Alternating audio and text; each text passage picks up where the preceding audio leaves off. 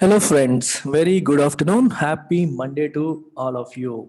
అయితే ఇవాళ ఎడిటోరియల్ ప్రారంభించే ముందు మీకు ఎల్లో కలర్లో ఒకటి పెద్ద అనౌన్స్మెంట్ కనిపిస్తుంది.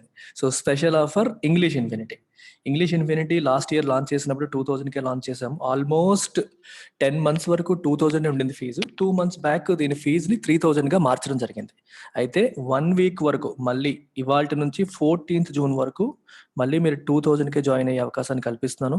Who ever is considering English అనేది మీ వీక్నెస్ అయితే, మీరు బ్యాంక్ ఎగ్జామ్ ప్రిపేర్ అవ్వచ్చు, ఎస్ఎస్సి ప్రిపేర్ అవ్వచ్చు, యూపీఎస్సీ అసిస్టెంట్ కావచ్చు, ఎవరైనా కావచ్చు. ఇంగ్లీష్ మీ వీక్నెస్ అయితే నేను ఆఫర్ చేస్తున్న ఇంగ్లీష్ ఇన్ఫినిటీ కోర్స్కి మీరు బ్లైండ్గా వచ్చేయచ్చు.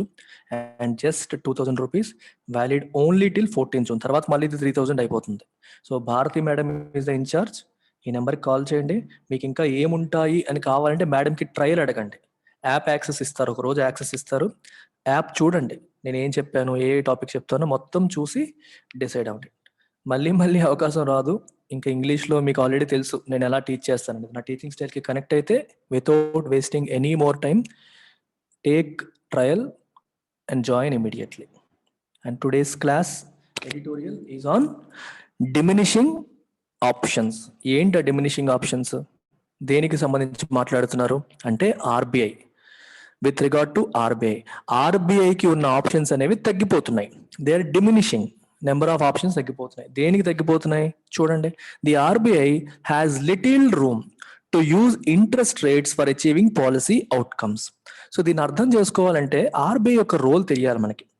RBI has something called monetary policy. RBI monetary పాలసీని కంట్రోల్ చేస్తుంది. మానిటరీ పాలసీ యొక్క ఉద్దేశం ఏంటి? సిస్టంలో ఉన్న లిక్విడిటీని కంట్రోల్ చేయడం, ఇంట్రెస్ట్ రేట్స్ని అదుపు చేయడం. లిక్విడిటీని కంట్రోల్ చేయడం అంటే అర్థం ఏంటి? ఎంత మనీ బ్యాంకింగ్ సిస్టంలో ఉంది, అలాగే ఇంట్రెస్ట్ రేట్స్ ఎలా ఉన్నాయి. మీరు ఒకసారి కామన్ సెన్స్తో ఆలోచిస్తే, వడ్డీ రేట్లు తక్కువగా ఉంటే ఏం జరుగుతుంది?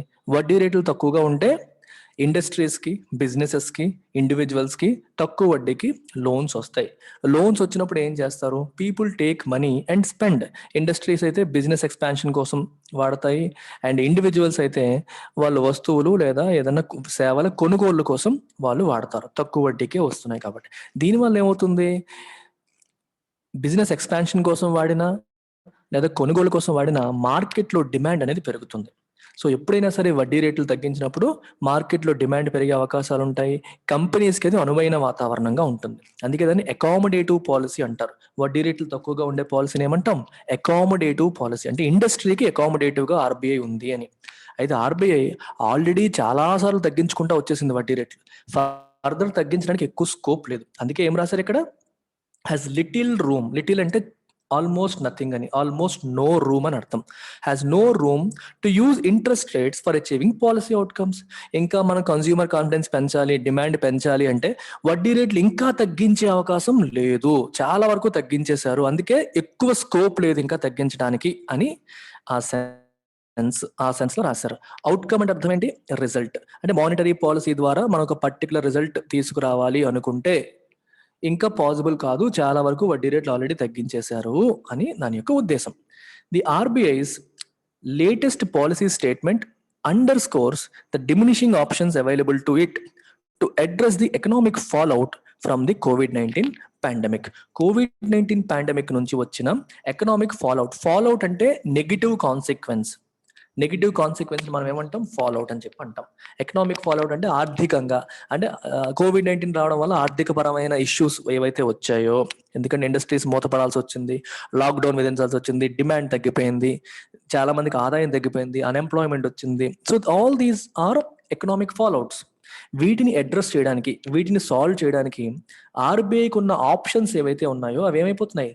తగ్గిపోతున్నాయి అనే విషయాన్ని ఆర్బీఐ తన పాలసీ స్టేట్మెంట్లో అండర్ స్కోర్ చేసింది అంటే నొక్కి చెప్పేసింది ఆర్బీఐ.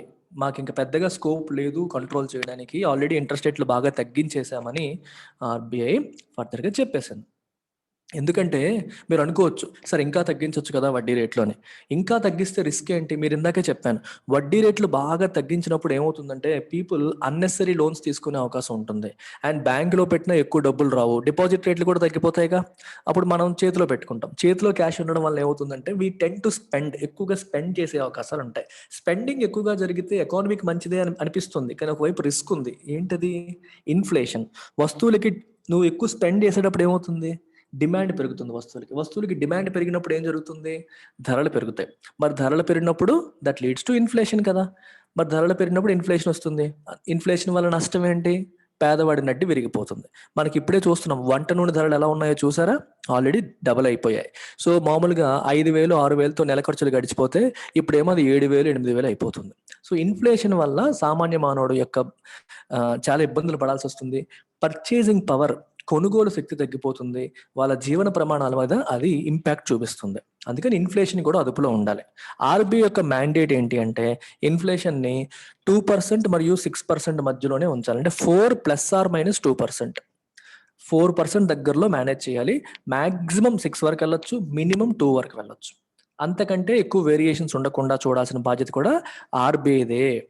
సో అందుకనే విపరీతంగా వడ్డీ రేట్లు తగ్గించడం కూడా సొల్యూషన్ కాదు. ప్రతిదానికి ఒక లిమిట్ ఉంటుంది. ఇంకా పెద్దగా స్కోప్ లేదు ఫర్దర్ తగ్గించడానికని రిజర్వ్ బ్యాంక్ ఆఫ్ ఇండియా ఉంటుంది. The bank's monetary policy committee left benchmark interest rates unchanged for a 6th straight meeting and reiterated that it would keep its policy stance accommodative as long as necessary to revive and sustain growth on a durable basis. RBI ఏముంటుంది? Benchmark interest rates ఏం చేసింది? It left unchanged. Interest rates అంటే అర్థం ఏంటి? ఇక్కడ benchmark interest rate అంటే repo rate. Repo rate ని, reverse repo rate ని మార్చకుండా అలాగే ఉంచేసింది. For a 6th straight meeting, అంటే వరుసగా ప్రతి 2 నెలలకి కలుస్తూ ఉంటుంది కదా ఆర్బీఐ, ఇది 6వ మీటింగ్ లో కూడా మార్చకుండా అలాగే ఉంచింది. అండ్ రీఐటరేటెడ్ అంటే అర్థం ఏంటి? మళ్ళీ చెప్పింది. Reiterate, say again that it would keep its policy stance accommodative. మేము అకామిడేటివ్ పాలసీ స్టాన్స్ మెయింటైన్ చేస్తాము అంటే అర్థం ఏంటి? ఇండస్ట్రీకి అవసరమైనట్టుగా వాళ్ళ గ్రోత్ పెరగడానికి, వాళ్ళు రివైవ్ అవ్వడానికి ఏది చేయాలో చేయడానికి మేము రెడీగా ఉంటాం. we will continue to be accommodative. ఇప్పుడు వడ్డీ రేట్లు పెంచేశారనుకోండి, ఇండస్ట్రీ అది బాధపడుతుంది. అరే వడ్డీ పెరిగిపోయింది, మనకి లోన్ తీసుకున్న ఏదైనా వడ్డీ భారం పెరిగిపోతుంది, అది నెగిటివ్. అలా కాకుండా వాళ్ళకి పాజిటివ్గా ఉండేలాగే మేము ఉంచుతాం. తగ్గించగలిగితే తగ్గిస్తాం, లేకపోతే ఇలాగే మెయింటైన్ చేస్తాం. అది అకామిడేటివ్గా ఉండడం అనమాట. యాజ్ లాంగ్ యాజ్ నెససరీ, ఎంతవరకు అవసరమైతే అంతవరకు అలాగే ఉంచుతాం. To revive and sustain growth. Revive అంటే to bring something back to life. మళ్ళీ ఇంతకు ముందు గ్రోత్ ఎలా ఉండేదో అలాంటి స్టేజ్కి తేవడానికి, అండ్ సస్టైన్, వచ్చింది అలాగే మెయింటైన్ అవ్వడానికి, అనే డ్యూరబుల్ బేసిస్ అంటే మారకుండా అదే రకంగా ఉండేలాగా చేయడానికి. ఒక కంపెనీ ఎప్పుడు 10% పర్ ఇయర్ పెరిగేది అనుకోండి, మళ్ళీ 10% గ్రోత్కి వచ్చేలా చేయడం, అదే గ్రోత్ మెయింటైన్ అయ్యేలా చేయడం. అంటే ఒక ఇండస్ట్రీ అని కాదు, కంప్లీట్ ఇండియన్ కార్పొరేట్ సెక్టర్ అని అర్థం. Since its May 2020 decision to cut interest rates by 40 basis points, taking the cumulative reduction in borrowing costs in the wake of the pandemic's onset to 115 basis points, the MPC has found itself in a bind. So చూడండి ఇక్కడ, since it's May 2020 decision, 2020 మేలో మొట్టమొదటిసారి వడ్డీ రేట్లు తగ్గించింది. ఎంత? 40 basis. మొట్టమొదటిసారి కాదులేండి, అంతకు ముందు నుంచే స్టార్ట్ చేసింది. 40 బేసిస్ పాయింట్స్ అప్పటికి తగ్గించింది. దానికంటే ముందు కూడా తగ్గించింది. Taking the cumulative reduction in borrowing cost in the Wake of pandemics onset to 115 basis points. In the Wake of అంటే అర్థం ఏంటంటే ఫాలోయింగ్. మనకి 2020 ఎప్పుడు మనకి జనవరి ఫిబ్రవరి ఆ టైంలో మనకి ఇండికేషన్ వచ్చింది. మార్చ్ 22న జనతా కర్ఫ్యూ విధించారు. 24న లాస్ట్ ఇయర్ మనకి నేషనల్ వైడ్ లాక్డౌన్ అనౌన్స్ చేసేసారు. సో ఆ లాక్డౌన్ అనౌన్స్ చేసే టైంలోనే ఆర్బీఐ ఏం చేసింది? What did RBI do at that time? Interest rates తగ్గించడం మొదలుపెట్టింది. ఎందుకంటే లాక్డౌన్ విధించేశారు కాబట్టి ఇంకా ఇండస్ట్రీలు అన్ని సఫర్ అవుతాయి కాబట్టి నేను చేయాల్సిన హెల్ప్ నేను చేస్తాను అని చెప్పి వడ్డీ రేట్లు తగ్గించడం, ఎక్కువగా లోన్స్ ఇవ్వడానికి ట్రై చేయడం. ఇప్పుడు ఇమీడియట్గా ఇన్కమ్ లేకపోయినా సరే బ్యాంక్ లోన్ తీసుకొని ఖర్చులకు సరిపోయేటట్టుగా ఉండేలాగా కంపెనీస్కి హెల్ప్ చేయడం కోసం అని వడ్డీ రేట్లు తగ్గించడం మొదలుపెట్టింది. అలా మార్చిలో మొదలుపెట్టింది. మే 2020 కల్లా మొత్తం 115 బేసిస్ పాయింట్స్ తగ్గించింది. 100 బేసిస్ పాయింట్స్ అంటే 1%. 115 అంటే 1.15% తగ్గించడం జరిగింది. The MPC has found it's yourself in a bind. If you find yourself in a bind, that means you are finding yourself in a tricky situation, difficult situation. మొన్న ఒకటి నేర్చుకున్నాం, something that puts you in a spot. If something puts you in a spot, that means something puts you in a difficult situation. If you are in a spot అంటే difficult situation ఉన్నావు. If you are finding yourself in a bind, that means again you're in difficult situation. Idioms అనమాట ఇవన్నీ. If you find yourself in a bind, that means you're in a difficult situation. So MPC ఒక difficult సిచ్యువేషన్కి వచ్చింది, ఎందుకంటే already ఎంత తగ్గించేసింది, further తగ్గించడానికి పెద్ద scope లేదు. అది point. While the first lockdown constricted supply and demand for much of Q1 of the last fiscal, pushing the economy into a record 24.4% contraction during April-June and causing full year GDP to shrink 7.3%. The second wave has crushed all-round demand and consumer confidence. First lockdown ఏం చేసింది, మనకి సప్లైని demand రెండింటిని కాన్స్ట్రిక్ట్ చేసింది. సప్లైని ఎలా కాన్స్ట్రిక్ట్ చేసింది, lockdown వల్ల ఇండస్ట్రీలు ఆగిపోయాయి కదా, ఇండస్ట్రీ నుంచి సప్లైయే రావట్లేదు. మరి సప్లై లేనప్పుడు సప్లై తగ్గిపోయింది. ప్రజల దగ్గర డబ్బులు లేక, ఎంప్లాయ్మెంట్ లేక, జీతాలు రాక డిమాండ్ తగ్గిపోయింది. దానివల్ల ఏమైంది, ఎకానమీ 24.4% కాంట్రాక్షన్ చూసింది. అంటే 2019 ఏప్రిల్ జూన్తో కంపేర్ చేస్తే 2020 ఏప్రిల్ జూన్ అనేది 24.4% కాంట్రాక్ట్ అయింది. అండ్ ఫుల్ ఇయర్ జీడిపి ఎంత అయింది, 7.3% తగ్గిపోయింది. అంటే 2019-20 ఆర్థిక సంవత్సరంతో పోలిస్తే 2021 ఆర్థిక సంవత్సరం 2000 ఎంత అయింది, 7.3% కాంట్రాక్ట్ అయింది. ఇది ఫస్ట్ వేవ్ వల్ల వచ్చింది. ఇప్పుడు సెకండ్ వేవ్ ఏం చేసింది, ఇట్ హాస్ క్రష్డ్, కంప్లీట్ గా క్రష్ చేసేసింది, నొక్కేసింది, తొక్కేసింది. దేన్ని, all round demand and consumer confidence ని తగ్గించేసింది, డిమాండ్ ని కూడా తగ్గించేసింది. ఇప్పుడు సెకండ్ వేవ్ అనేది ఇంకా దారుణంగా వచ్చింది. కేసెస్ చాలా ఫాస్ట్ గా పెరిగిపోయాయి, హాస్పిటల్ ఖర్చులు బాగా పెరిగిపోయాయి. ఫస్ట్ టైం అంటే మందులు లేక ఏం లేవు, ఇప్పుడు మందులు ఉన్నాయి అని చెప్పి తెగ ఖర్చు పెట్టేశారు, ఆక్సిజన్ కోసం అని, దానికోసం అని. ప్రజల డబ్బులన్నీ కూడా హెల్త్ కేర్కి వెళ్ళిపోయి ఇంకా వాళ్ళ కాన్ఫిడెన్స్ ఓవరాల్ మిగిలిన వస్తువులకి డిమాండ్ పడిపోయింది. The RBI's May round of the consumer confidence survey. RBI ప్రతి నెల కూడా కన్స్యూమర్ కాన్ఫిడెన్స్ సర్వే అనేది చేస్తుంది. ప్రతి నెల కన్స్యూమర్ కాన్ఫిడెన్స్ సర్వే చేస్తుంది. మేలో చేసిన ఈ సర్వే ఏం చెప్తుందంటే, that the current situation index at an all-time new low, with 75% households perceiving the economic and employment situations having worsened further, and the future expectations index reflecting overall pessimism. ఇప్పుడు ఇక్కడ మీకు ఒక ఫోటో చూపిస్తాను, చూడండి ఒకసారి. So RBI వాళ్ళు consumer confidence survey చేస్తారు. ఈ సర్వేలో 2 ఇండెక్స్లు ఉంటాయి, current situation index, future expectations index. Current situation అంటే ప్రెజెంట్ సిచ్యువేషన్ ఎలా ఉంది, మీ ఒపీనియన్ ఏంటో చెప్పండి. ఫ్యూచర్ ఎక్స్పెక్టేషన్స్, భవిష్యత్తు మీద మీ ఎక్స్పెక్టేషన్స్ ఏంటి. వేటి మీద క్వశ్చన్స్ అడుగుతారంట చూడండి, general economic situation, employment scenario, price level, house hold income, overall spending. ఇట్లాంటి 5 అంశాల పైన హౌస్ హోల్డ్స్కి టెలిఫోన్ చేసి లేకపోతే ఇంటికి వెళ్ళి సర్వే చేస్తారు. సర్వే చేసి మీ ఒపీనియన్ చెప్పండి అని చెప్పి ర్యాండమ్గా కంట్రీలో ఉన్న కొన్ని సిటీస్లో కొన్ని వందల ఇళ్లలో సర్వే చేస్తూ ఉంటుంది ఆర్బీఐ, ప్రతి నెల చేస్తూ ఉంటుంది. అలా చేసి స్కోర్ ఇస్తారనమాట. 100+ వీటి యొక్క రెస్పాన్సెస్ యొక్క యావరేజ్ దీన్ని ఇస్తారు. ఇప్పుడు మీరు చూస్తే ఇక్కడ ఈ బ్లూ ఏంటి, ఫ్యూచర్ ఎక్స్పెక్టేషన్స్ ఇండెక్స్. ఇది మే 2015లో, మార్చి 2015లో ఎలా ఉంది, 126.7 ఉంది. అక్కడ నుంచి ఏమైంది, 96.4 పడిపోయింది. ఇప్పుడు మే 2021కి తగ్గిపోయింది. అలాగే కరెంట్ సిచ్యువేషన్ ఇండెక్స్ అయితే ఇంకా దారుణం, 108.6 ఉంది 6 ఏళ్ల క్రితం. 108.6 నుంచి today it has come down to 48.5. ఎంత తగ్గిపోయిందో చూసారా, 50 కూడా లేదు. అంటే 100 పైన ఉంటే పాజిటివ్ అనమాట. సో కాన్ఫిడెన్స్ అనేది పూర్తిగా తగ్గిపోయింది, నెగిటివ్ ఉంది. 100+ అన్నాడు కదా, నెగిటివ్ ఉంటే 100 లోపుకి వచ్చేస్తుంది, పైన ఉంటే పాజిటివ్ ఉంటే 100 పైకి వస్తుంది. సో ఓవరాల్ సెంటిమెంట్ అనేది నెగిటివ్గా ఉంది. ఇది ఎవ్రీ మంత్ ఆర్బీఐ చేస్తుంది. మీకు ప్రిలిమ్స్లో, యూపీఎస్సీ వాళ్ళకి ప్రిలిమ్స్లో అడిగే అవకాశాలు ఉంటాయి. It is hard to see the mere availability of low-cost credit helping revive the all-important consumption demand. So కాబట్టి అంటే జనాలందరూ పెసిమిజం అంటే అర్థం ఏంటి, నిరాశావాదం, భవిష్యత్తు మీద ఆశావాదం లేకుండా నిరాశావాదంతో ప్రజలందరూ ఉన్నారు. మరి ఇలాంటి టైంలో it is hard to see, it is tough to see mere availability of low cost credit helping revive the all important consumption demand. So only మేము అప్పిస్తామంటే జనాలు అప్పులు తీసేసుకొని తక్కువ వడ్డీకి వస్తుంది కదా అని చెప్పి కొనేస్తారు అనుకోవడం కష్టం, డిఫికల్ట్ అది. ఎందుకంటే వాళ్ళు పెసిమిస్టిక్ గా ఉన్నారు, భవిష్యత్తు ఎలా ఉంటుంది అనే విషయంలో ఆశావాదం లేదు, నిరాశావాదం ఉంది. ప్రజెంట్ సిచ్యువేషన్ విషయంలో కూడా నెగిటివ్ గా ఉన్నారు, ఫ్యూచర్ సిచ్యువేషన్ విషయంలో కూడా నెగిటివ్ గా ఉన్నారు. కాబట్టి నువ్వు అప్పిస్తానన్నా సరే వాడు తీసుకొని కొనే మూడ్లో లేడు, డబ్బులు దాచుకుందాం పనికొస్తుందనే మూడ్లో ప్రజలు ఉన్నారు. అది విషయం. ది ఎంపీసీ అంటే monetary policy committee acknowledged the bleak outlook అంటే భవిష్యత్ ఎలా ఉండబోతోంది అనేది అవుట్లుక్. బ్లీక్ అంటే గ్రిమ్, నాట్ సో బ్రైట్ గా లేదు, డల్ గా ఉంది. దాన్ని ఎంపీసీ ఎక్నాలెడ్జ్ చేసింది, అంటే యాక్సెప్ట్ చేసింది. When it slashed its projection for Q1 growth by as much as 770 basis points to 18.5% from 26.2%. It had forecast just on April 7th.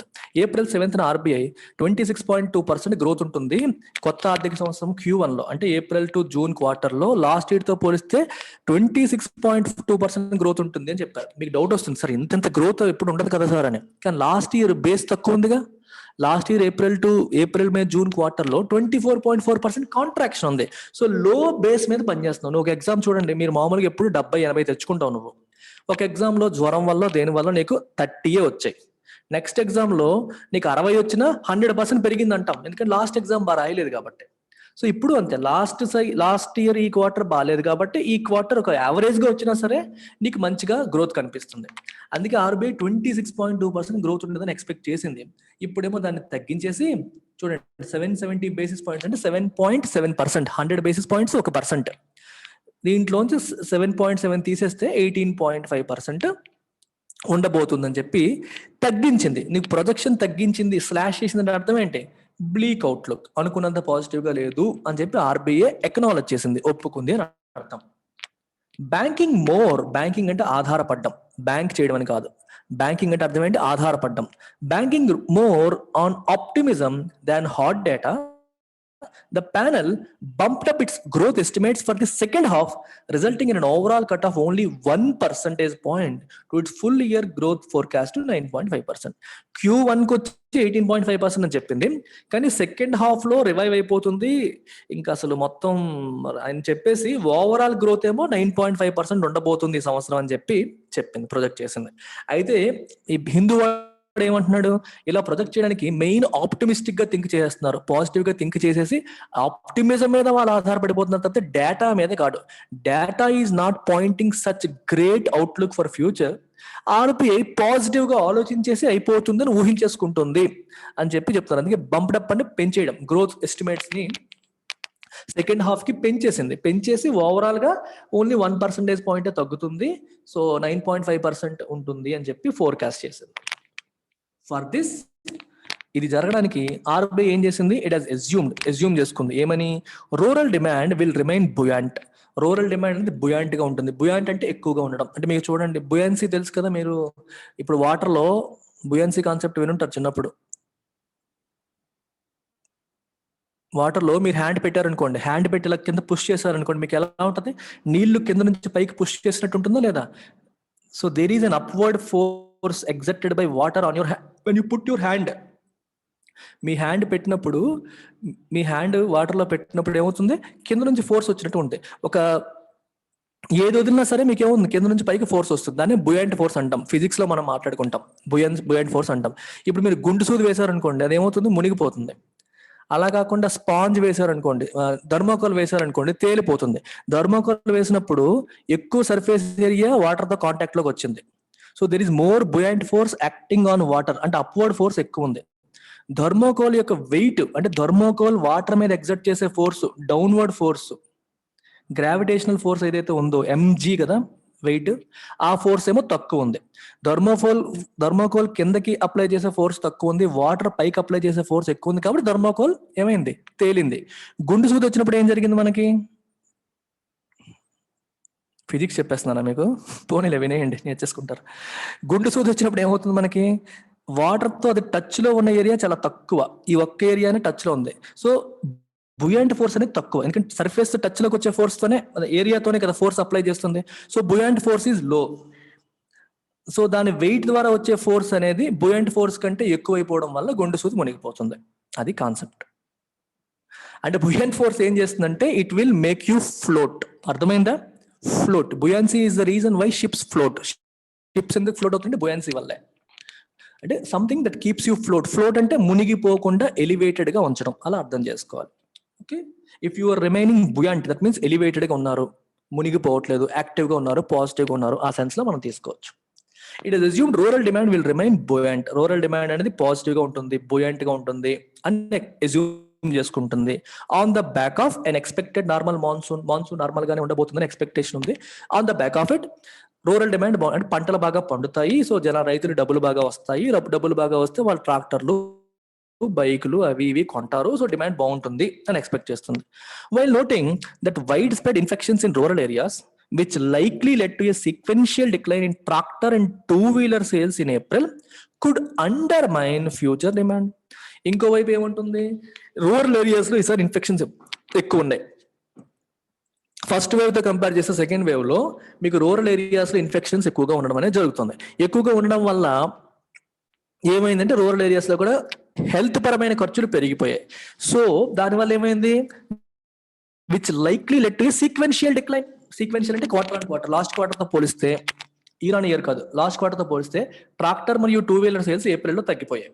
అంతకు ముందు నెలతో పోల్చుకుంటే ట్రాక్టర్ మరియు టూ వీలర్, ఇప్పుడు రైతులు అంతే కదా, ఎక్కువగా డబ్బులు ఉన్నాయి అన్నప్పుడు ట్రాక్టర్లు కొంటారు, టూ వీలర్స్ కొంటూ ఉంటారు, వాటి సేల్స్ తగ్గిపోయాయి. సో రూరల్ డిమాండ్ కొంచెం డల్ గా ఉంది. సో దీనివల్ల ఏమవచ్చు అంటే could undermine future demand. Undermine అంటే తగ్గించడం, అంటే ఒక దాని ఎఫెక్ట్ ని తగ్గించడం, ఫ్యూచర్ డిమాండ్ ని నెగిటివ్ గా ఇంపాక్ట్ చేసే అవకాశం ఉంది. ఎందుకంటే రూరల్ ఏరియాస్ లో ఇన్ఫెక్షన్స్ ఎక్కువ ఉన్నాయి. ఒకవైపు ఎలా చెప్తున్నారు, మాన్సూన్ అనేది పాజిటివ్ ఇంపాక్ట్ అయినప్పటికీ రూరల్ ఏరియాస్ లో ఇన్ఫెక్షన్స్ అనేది నెగిటివ్ ఇంపాక్ట్ క్రియేట్ చేయవచ్చు.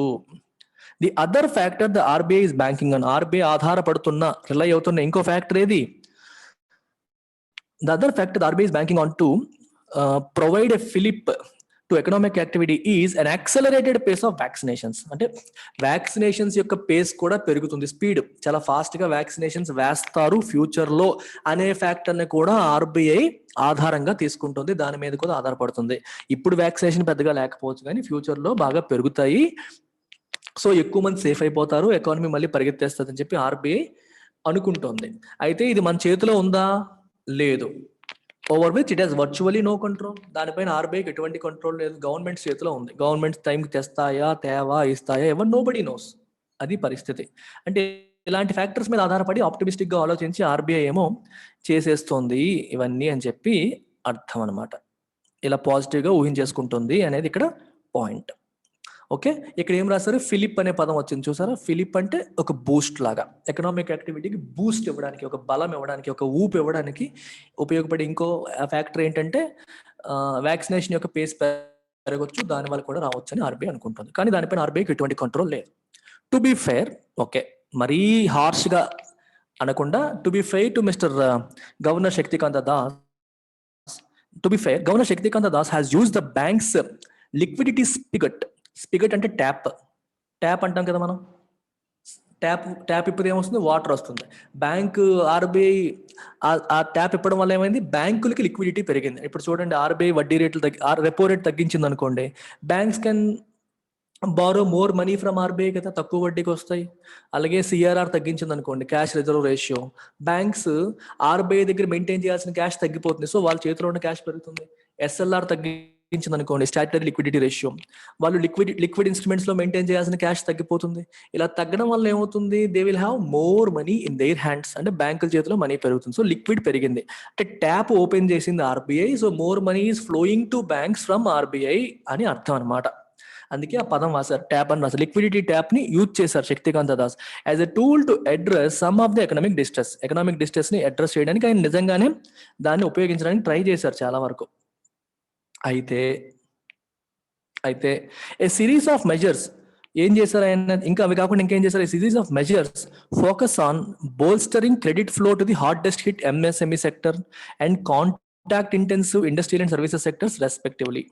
ఆయన తీసుకున్న రకరకాల చర్యలు దేని మీద ఫోకస్ చేసే, బోల్స్టరింగ్ అంటే స్ట్రెంథనింగ్, దేన్ని, credit flow to hardest hit MSME, micro small and medium enterprises కి క్రెడిట్ ఫ్లో పెరగడానికి ఆయన తీసుకున్న చాలా చర్యలు దానిపైన ఫోకస్ చేసే, ఇంకా కాంటాక్ట్ ఇంటెన్సివ్ అంటే ఏ ఇండస్ట్రీస్ లో అయితే కాంటాక్ట్ ఉంటుందో, ఒకరికొకరు టచ్ చేయడం అనేది ఉంటుందో, ఇండస్ట్రియల్ అండ్ సర్వీసెస్ సెక్టర్స్ లో ఎక్కువగా టచ్ ఉంటుంది. ఇప్పుడు హోటల్కి వెళ్ళినా ఎక్కడికి వెళ్ళినా తాళాలు చేతులు మారడం కానీ, సంతకాలు పెట్టి ఇవ్వడం కానీ, సో ఇలాగా వస్తువులు మార్పిడి జరుగుతుంటాయి కదా, అలాంటి ఇండస్ట్రీస్ లో కూడా ఈ లాక్డౌన్ అనేది ఎక్కువగా ఇంపాక్ట్ చూపించింది. వాటికి కూడా ఎక్కువగా క్రెడిట్ ఫ్లో వెళ్ళేలాగా చేశారు. అంటే వాళ్ళకి ఎక్కువగా దెబ్బతిన్నారు కాబట్టి వాళ్ళకి ఎక్కువగా అప్పులు వెళ్ళేలాగా, తక్కువ వడ్డీకి బ్యాంకులు ఇచ్చేలాగా రిజర్వ్ బ్యాంక్ చేసింది. స్టిల్ అయినప్పటికీ the MPC monetary policy committee can ill afford, ఈ మానిటరీ పాలసీ కమిటీలో ప్రెసెంట్ ఉన్న మెంబర్స్ పేర్లు మీరు కామెంట్ సెక్షన్ లో రాయండి. Who all are the current members of monetary policy committee, ఇది మీకు అడుగుతారు లేటెస్ట్ గా ఎవరు వచ్చారు ఏంటని. సో మీరు ఒకసారి రాసేసారు అనుకోండి, మీకు గుర్తుంటాయి. Note it down in the comment section. Still the MPC can ill afford అంటే can hardly afford, cannot afford అంటే చెయ్యకూడదు. ఏమని చేయకూడదు? టు డ్రాప్ ద బాల్ అంటే మిస్టేక్ చేసే అవకాశం లేదు. ఇప్పుడు నీ రెస్పాన్సిబిలిటీ నుంచి పక్కకి వెళ్ళే అవకాశం లేదు. Whatever goal you have fixated upon, you should go, అదే దారిలో వెళ్ళాలి. దారి తప్పకూడదు. ఏ దారి తప్పకూడదు? On its primary remit which is ensuring inflation remains anchored. గుర్తుపెట్టుకోండి, మానిటరీ పాలసీ కమిటీ యొక్క ప్రైమరీ రెమిట్ ఏంటి? రెమిట్ అంటే primary task or area of activity. ఎప్పుడైనా చూసుకోండి, ఆర్బీఐ యొక్క మానిటరీ పాలసీ కమిటీ యొక్క primary task or activity is controlling inflation. Inflation ని control చేయాలి. ఎంత ఇన్ఫ్లేషన్ కంట్రోల్ చేయాలి? 4 ± 2% ఉంచాలి. కానీ అక్కడ ఏం రాశారు? ఎన్ష్యూరింగ్ ఇన్ఫ్లేషన్ రిమైన్స్ యాంకర్డ్ అన్నాడు. యాంకర్ అనే దాన్ని ఎలా అర్థం చేసుకోవాలి? ఒక షిప్ కి యాంకర్ ఉంటుంది. మీరు ఎప్పుడన్నా చూస్తే పోర్ట్ ఏరియాస్ లో షిప్ పోర్ట్ దగ్గరలో వచ్చినప్పుడు ఏం చేస్తారు? ఒక పెద్ద తాడుతో దాన్ని కడతారు. ఇప్పుడు మనకి బోట్లు సినిమాల్లో చూస్తాం, బోట్లు ఏం చేస్తారు? బోట్ అనేది వాటర్ లో అటు ఇటు కదిలిపోతుంటది. కదిలిపోకుండా ఏం చేస్తారు? ఒక తాడుతో కడతారు, పెద్ద తాడుతో. దాన్ని అంటారు యాంకర్ అంటాం. సో యాంకర్ ఏం చేస్తుందంటే దాన్ని ఇష్టం వచ్చినట్టు కదలకుండా స్థిరంగా ఒక దగ్గర ఉండేలా చేస్తుంది. అలాగే ఇన్ఫ్లేషన్ ఇష్టం వచ్చినట్టు పెరిగిపోకుండా తగ్గిపోకుండా యాంకర్ చేయడం, కదలకుండా ఒక చోట ఉండేలాగా చేయడం, కొంచెం అటు ఇటు కదలొచ్చు, విపరీతంగా మారిపోకుండా చేయడం అనేది ఆర్బీఐ మానిటరీ పాలసీ కమిటీ యొక్క ప్రైమరీ రెమిట్ అంటే టాస్క్ యాక్టివిటీ. దాని నుంచి ఆర్బీఐ ఏం చేయకూడదు? Can ill afford to drop the ball అంటే ఆ రెస్పాన్సిబిలిటీ నుంచి, ఆ యాక్టివిటీ నుంచి తప్పించుకోకూడదు. Can ill afford, can not afford to do that. ఆ మిస్టేక్ చేయకూడదు. మెయిన్ రెస్పాన్సిబిలిటీ అది. You have to stay focused on that అని చెప్తున్నారు.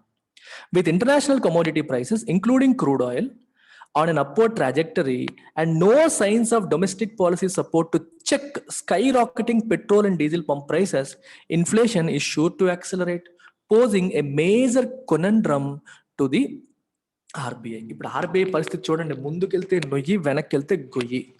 International commodity prices including crude oil prices పెరుగుతున్నాయి, అల్యూమినియం పెరుగుతున్నాయి, స్టీల్ పెరుగుతున్నాయి, చాలా కమోడిటీ ప్రైసెస్ పెరిగిపోతున్నాయి. ఏమవుతున్నాయి? Upward trajectory. సో రేట్లు పెరుగుతూ ఉన్నాయి. And no signs of domestic policy support. అంటే ఇండియాలో పెట్రోల్ మరియు డీజిల్ ప్రైసెస్ తగ్గించడానికి గవర్నమెంట్ ఏమైనా యాక్షన్ తీసుకుంటుందా అంటే తీసుకోవట్లేదు. చెక్ అంటే అర్థం ఏంటి? కంట్రోల్. చెక్ అంటే చెక్ చేయడం కాదు, కంట్రోల్ చేయడం, అదుపు చేయడం. స్కై రాకెటింగ్ అంటే ఆకాశాన్ని అంటుతున్న, విపరీతంగా పెరిగిపోతున్న పెట్రోల్ డీజిల్ అదుపు చేయడానికి డొమెస్టిక్ పాలసీ సపోర్ట్, ప్రభుత్వ విధానాలు సపోర్టివ్ గా లేవు. గవర్నమెంట్ ట్యాక్సులు తగ్గించడానికి రెడీగా లేదు. మరి పెట్రోల్ డీజిల్ పెరిగితే ట్రాన్స్పోర్ట్ ఖర్చులు పెరిగిపోతాయి. ట్రాన్స్పోర్ట్ ఖర్చులు పెరిగితే పెట్రోల్, మనకి కూరగాయలు, గుడ్లు, చికెన్, మటన్, ప్రతి వస్తువు ధర కూడా పెరిగిపోతుంది. ట్రాన్స్పోర్ట్ ఎక్స్పెన్సెస్ పెరిగిపోతాయి కాబట్టి వాటి ధరలు కూడా పెరిగిపోతాయి. మరి ఇవన్నీ ధరలు పెరిగితే ఇన్ఫ్లేషన్ కాక ఇంకేమొస్తుంది చెప్పండి? పెరిగిపోతుంది. సో కాబట్టి it poses a major conundrum to RBI. Conundrum అంటే చిక్కుముడి. ఇప్పుడు ఏం చేయాలి నేను? ఇండస్ట్రీని సపోర్ట్ చేయడానికి ఇంట్రెస్ట్ రేట్స్ తక్కువ పెట్టాలా? తక్కువ పెడితే ఆల్రెడీ ధరలు విపరీతంగా పెరిగిపోతుంది, ఇన్ఫ్లేషన్ పెరిగిపోతుంది. మరి ఇన్ఫ్లేషన్ కంట్రోల్ చేయాలంటే వడ్డీ రేట్లు పెంచాలి. పెంచితే ఇండస్ట్రీ తిడుతుంది, పెంచకుండా ఉంచితే ఇన్ఫ్లేషన్ పెరిగిపోతుంది. ముందుకెళ్తే నొయ్యి, వెనక్కి గొయ్యి, రెండింటికి మధ్యలో చిక్కుపడిపోయింది ఆర్బీఐ. అందుకే అంటున్నారు, rising rates could risk hurting recovery. రేట్లు పెంచారనుకోండి, రికవరీ హట్ అయ్యే అవకాశం ఉంటుంది. ఇప్పుడే తేరుకుంటున్నారా అంటే మళ్ళీ వడ్డీలు పెంచేశారు. And not doing so could heighten inflation. పోనీ సైలెంట్ గా ఉందామంటే ఇన్ఫ్లేషన్ పెరిగిపోయేలా ఉంది. ఏం చేయాలి? రెండింటి మధ్యలో కొట్టుమిట్టాడుతోంది ఆర్బీఐ. ఆ చిక్కుముడిని ఎలా పరిష్కరిస్తుందో మనం చూడాలి. ఓకే, ఐ రిపీట్, మళ్ళీ చెప్తున్నాను, మళ్ళీ రాదు. Use this opportunity. చాలా రోజుల తర్వాత మళ్ళీ 2000 రూపీస్కే ఇంగ్లీష్ ఇన్ఫినిటీ తీసుకొచ్చాను. యూజ్ చేసుకోండి. మీరు బ్యాంక్ ఎగ్జామా, ఎస్ఎస్సి సీజీఎల్ఆ, ఆర్బీఐ గ్రేడ్ బియా, అన్ని ఎగ్జామ్స్కి ఇంగ్లీష్ ఉన్న ప్రతి ఎగ్జామ్కి హెల్ప్ అవుతుంది. I will cover in that manner. చాలా మంది అడుగుతారు, సార్ మెయిన్స్ లెవెల్లో చెప్తారా? మెయిన్స్ లెవెల్ చాలా తక్కువ లెవెల్ అమ్మా, అంతకంటే పై లెవెల్లో మనం చెప్తాం. We teach at CAT standard. అంతకంటే లెవెల్ ఏ ఎగ్జామ్లోనూ ఇవ్వరు. So I teach English for CAT students also. ఆ క్వశ్చన్స్ కూడా మీకు అప్పుడప్పుడు చేయిస్తూ ఉంటాను. So don't worry about anything. English అనేది మీకు పెయిన్, ఇంగ్లీష్ వల్ల నాకు బ్యాంక్ జాబ్ రావట్లేదు అంటే గుడ్డిగా వచ్చి జాయిన్ అయిపోండి. I will take care of you. By by.